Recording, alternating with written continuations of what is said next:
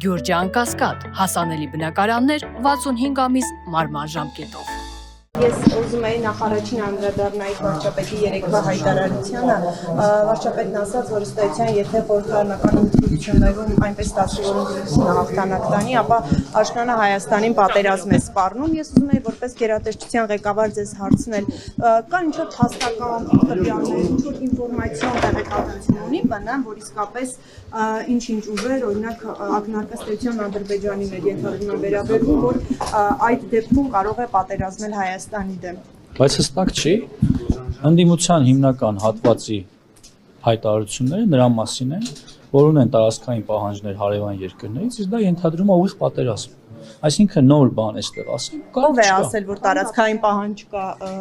կողքի երկրներից, որ հայտարարությունը կոնկրետ դուք կհամարեք այդպես։ Քաղաքացիական պայմանագիր կուսակցության վարչության նախագահ Հայաստանի Հանրապետության վարչապետը ասում է, ես ղեկավարում եմ շարժում,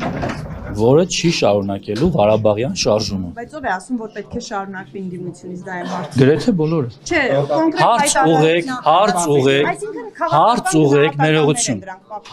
Դա քաղաքական գնահատական չի։ Այդ քաղաքական գնահատականները պիտի լինեն պատասխանատու։ Չէ, նկատի ունեմ վարչապետի պնդումը պատերազմի մասին քաղաքական գնահատականներ են, ոչ մի փաստական։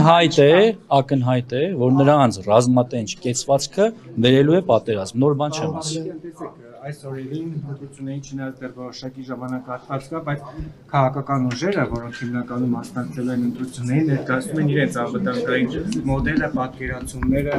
այդ զինված ուժերի բանակի վերաբերյալ, վերջերս ներկայացրեց նաև այդպիսին Սամվել Կարապետյանը, նրա ձևավորած ուժեղ Հայաստան կուսակցությունը հայտարարում են մեծ թվով դրոնների ձեռքբերման մասին, ընդհանրապես ինչպես կարծականք եք։ Դե դժվար է հիմա ասել Սամվել Կարապետյանը ինչ-որ բան է հայտարարել։ Ես հիմա պիտի հասկանամ, մենք գործ ունենք արհեստական բանականության, թե իրական մարդու հետ, երբ իրական կլսենք նրան, գուցե այդ ժամանակ արձագանքեմ իրեն։ Բայց հաշվի առնելով, որ պրոցեսներ են տեղի ունենում եւ հասարակությունը այնուամենայնիվ նաեւ արհեստական բանականությանը առերեսվում է եւ գուցե պիտի լուրջ վերաբերվի, որովհետեւ մենք աշխատում ենք վիրտուալ մարդկանց հետ եւ ոչ իրական, բնականաբար պիտի վիրտուալ մարդկանց մասին խոսենք, հաշվի առնելով, որ երեք արդեն նրանք տեսանյութեր էին տարածում, որոնք մեղմ ասած հարիստ չէ ոչ քաղաքական ուժին եւ նաեւ կա խաղանների, չգիտեմ, այլ պատկերներով, ինչ որ արհեստական բանականությամբ ձևավորած ուժեղ մարդկանց կերպարով, ես ընդհանրապես կարող եմ ասել, որ այդ մարդիկ ուղղակի իրավունք չունեն խոսել անվտանգությունից, նույն Սամվել Կարապետյանը անվտանգությունից խոսելուց առաջ թող իրեն հարց տա եւ հասարակությանը պարզաբանի, որ մի գերդաստան, մի ամբողջ գերդաստան չծառայած զավակներով, որդիներով, թոռներով։ Ես խոսում եմ կոնկրետ քաղաքական գործչի եւ նրա զավակների մասին։ Եվ մարդ, ով ունի մի գերդաստան, որոնց մի մասը չեն ծառայում, պիտի պարզաբանում տա եւ նոր խոսի անվտանգությունից։ Ես այլ բան իրեն չեմ ասի։ Երբ կպարզաբանեն, ինչու չեն ծառայել, ինչու Հայաստանի Հանրապետության քաղաքացի լինելով, բայց մարդիկ փախած են, ձեր ցավը տանեմ։